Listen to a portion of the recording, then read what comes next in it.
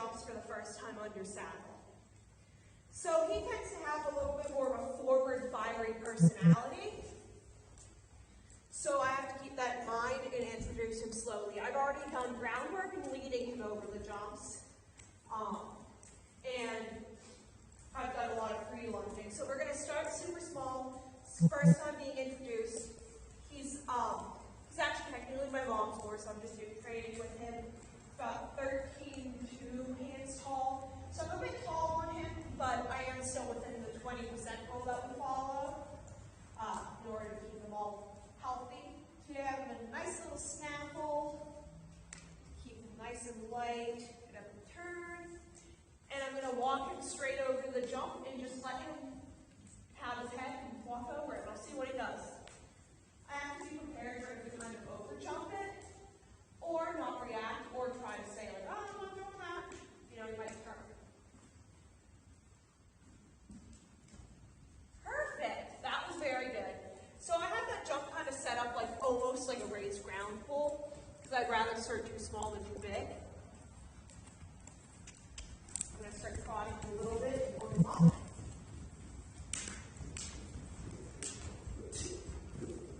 Easy. Trying to slow that trot a little bit.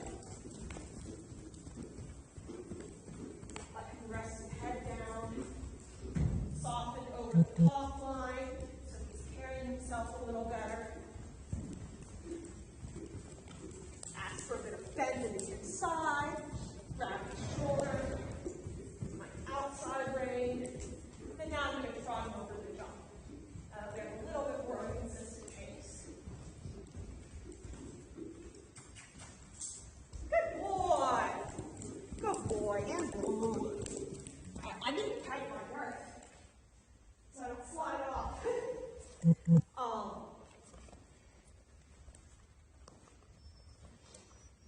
So he's got a very fast and very animated trot, which is normal for hackney ponies. Not figure out where that was. So we're going to try that again. But I'm going to circle him in the trot first, in a consistent trot. Hold it. I'm not putting him on any contact, so I want him to stretch his head down. He's doing a lot better with being not as hollow. There we go. Kind of speeding a little bit. I'm going to close my leg. Good boy. Reward for that, even if he touched it, because all I'm asking him to do is to go over it. He doesn't have to go over it well. Now I'm going to go the other way.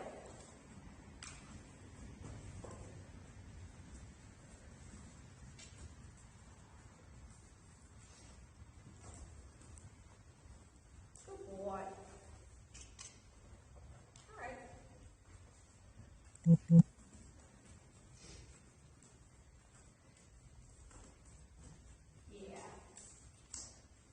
So I'm working both sides of his brain because horses tend to have kind of a disconnection between the right and left side. So they look at something on the right side and they think of it completely different than they would on their left side.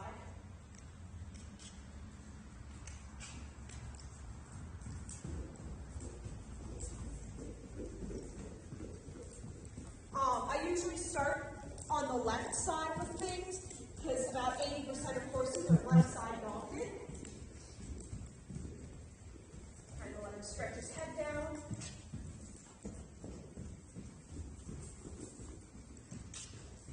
I want him really lifting me up with his back because he doesn't have much of a top line.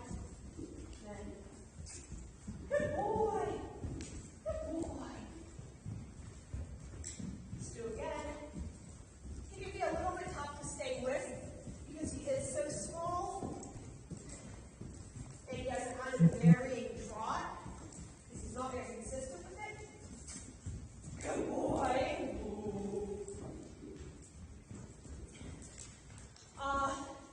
Now I'm going to have one side of it put up. Dad, do you mind getting one side of it so I don't have to mount and dismount?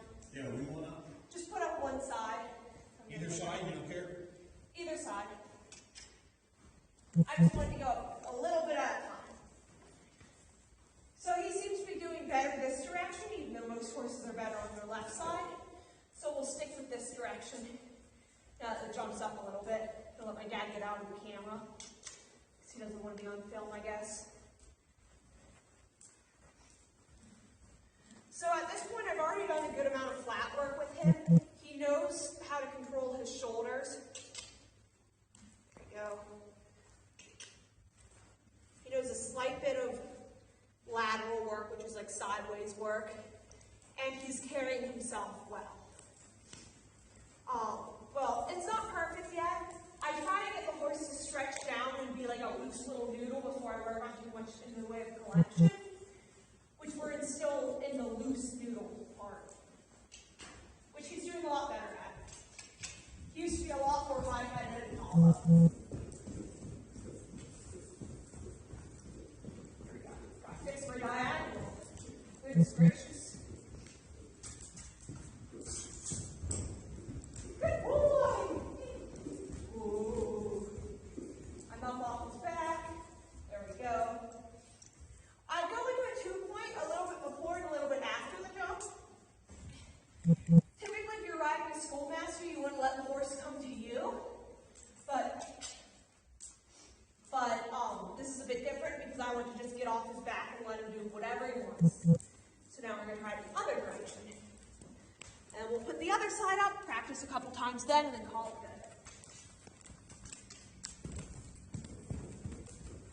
good. They say if you have a correct bend, you're supposed to get the correct diagonal every time. I don't know if that's true or not. That's all right. We're going to go around again.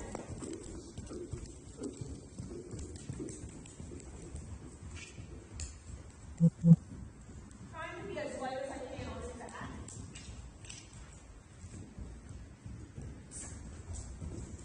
Good boy. Now I'm going to put the other side up. Or, well, I'm not going to put the other side up. I'm going to make my dad do it. Good boy. And we'll probably go over it like once or twice with the other side up and then call it good. Because though he's doing so good that I don't want to mess it up. And since he's a horse with a lot of thoughts and a lot going through his head, I don't want to cause him to be anxious.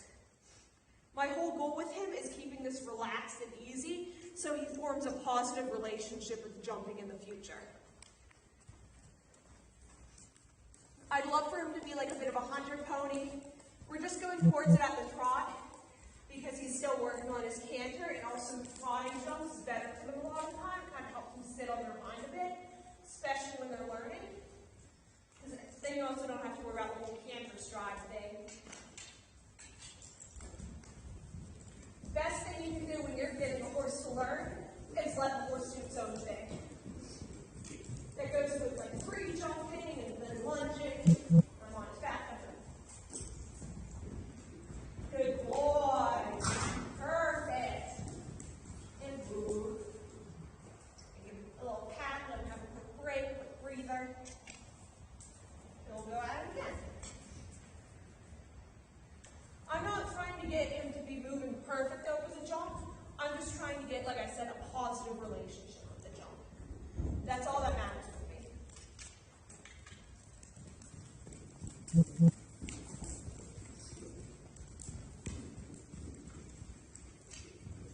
Like I said, I don't have any contact on the reins other than when I need to.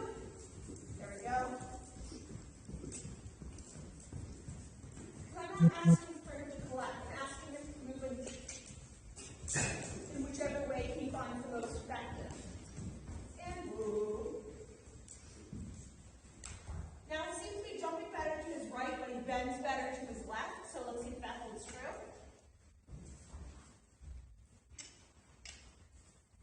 Good boy. Oops, there we go.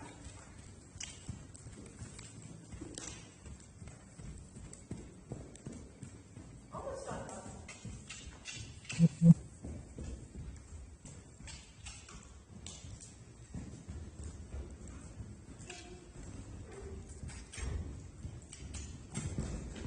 Good boy. I'll go around it one more time, then we'll end the session there. Right, I'm going to trot again.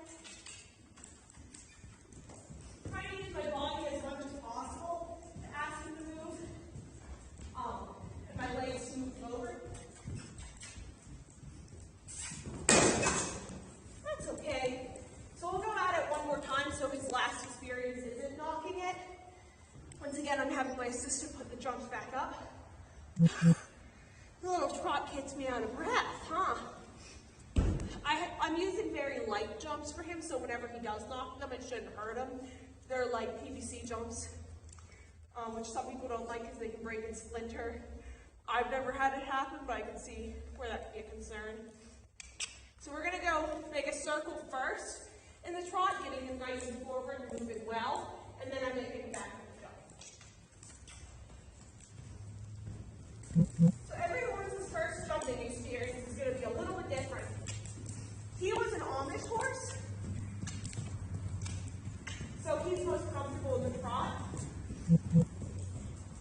But every horse is different. And I've started a ton of different horses over jumps, and I've never had one be the same, you know what I mean? Good boy! Alright, now I'm just going to pull him down, which you guys don't need to watch, but that was him being introduced to jumps. I might at some point do a more in-detailed video, because I'm going to be getting a thoroughbred mare here that I'm kind of working with soon. But that's just what I wanted to show for him. Thank you for watching. I'm going to cool him down on the ground, because I am a little bit on the big side for him, so I'm just going to give his back a break. Thank you so much.